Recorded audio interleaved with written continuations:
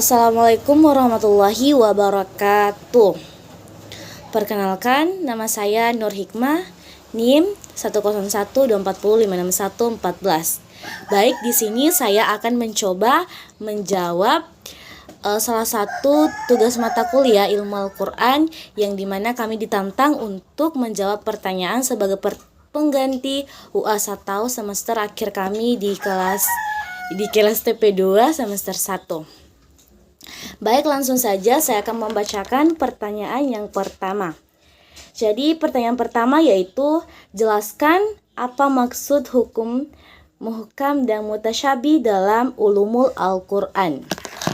Jadi jawaban saya al-muhkam yaitu ayat-ayat yang jelas dan tegas maknanya, tidak mengandung keraguan atau penafsiran ganda.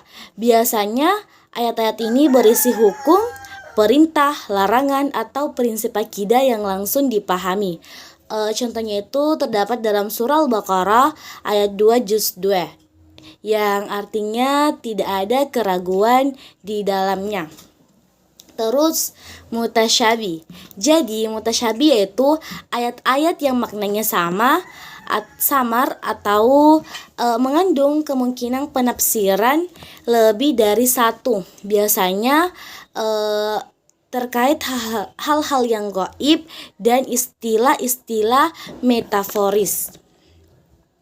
Pemahamannya memerlukan penjelasan yang lebih lanjut atau takwil.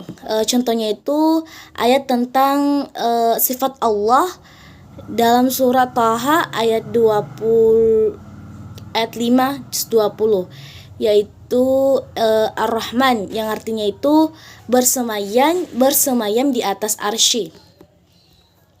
Terus pertanyaan yang kedua. Jelaskan hikmah adanya nasikh dan mansukh dalam ulumul Al-Quran. Jadi hikmah adanya nasikh yaitu ayat yang menghapus hukum sebelumnya dan mansukh atau ayat yang dihapus hukumannya dari ulumul Al-Quran. Hikmahnya yaitu yang pertama itu kemudahan dan kesesuaian syariat nasikh dan mansukh menunjukkan fleksibilitas syariat Islam yang disesuaikan dengan situasi dan kondisi umat pada masa turunnya wahyu. Yang kedua, ujian keimanan, di mana menguji ketaatan umat terhadap ketentuan Allah baik dalam menerima hukum baru maupun memahami penghapusan hukum sebelumnya.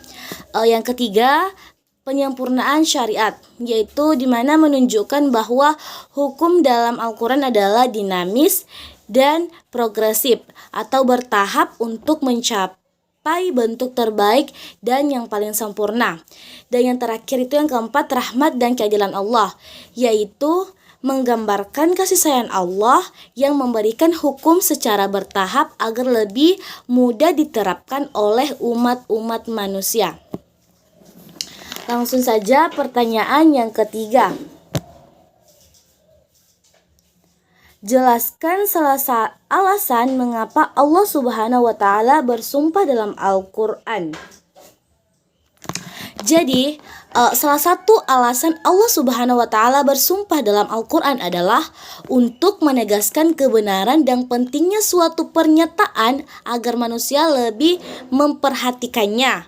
Sumpah ini biasanya menggunakan ciptaannya yang agung seperti langit, matahari, atau waktu untuk menunjukkan kebesarannya dan menggugah kesadaran manusia akan tanda-tanda kekuasaannya.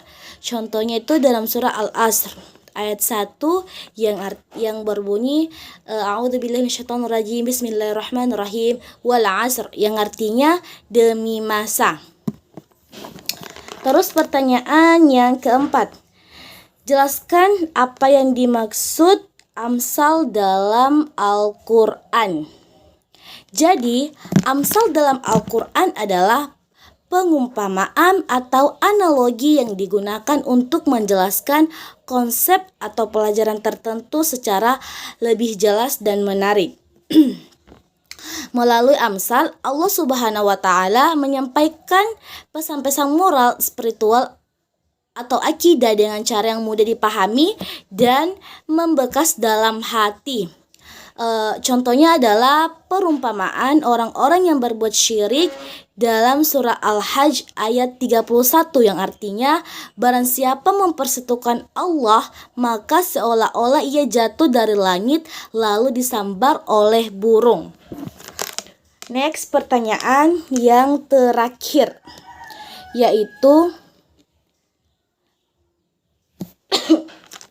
jelaskan apa tujuan dan maksud Allah memberitakan kisah-kisah umat terdahulu dalam Al-Quran. Jadi, tujuan Allah memberitakan kisah-kisah umat terdahulu dalam Al-Quran adalah yang pertama, ibrah dan sebagai pelajaran. Agar manusia mengambil hikmah dari kejadian masa lalu, baik untuk diikuti atau kisah orang soleh maupun dihindari kisah orang-orang yang durhaka. Yang kedua yaitu peringatan dan peringatan, meningkatkan umat tentang akibat dari sifat kufur atau melawan perintah Allah seperti kehancuran kaum yang ingkar. Yang ketiga yaitu penguatan iman, memberikan dukungan dan motivasi kepada Nabi Muhammad SAW dan umat Islam agar tetap teguh dalam kebenaran sebagaimana umat beriman sebelumnya. Dan yang terakhir, bukti kebenaran wahyu. Jadi kisah-kisah ini menunjukkan bahwa Al-Quran adalah wahyu dari Allah karena berisi informasi yang tidak mungkin diketahui manusia biasa di zaman Nabi. Baiklah, itulah beberapa jawaban yang saya punya. Semoga dapat diterima. Dan saya memohon maaf apabila ada kesalahan. Wabillahi taufiq wal hidayah. Wassalamualaikum warahmatullahi wabarakatuh. Terima kasih.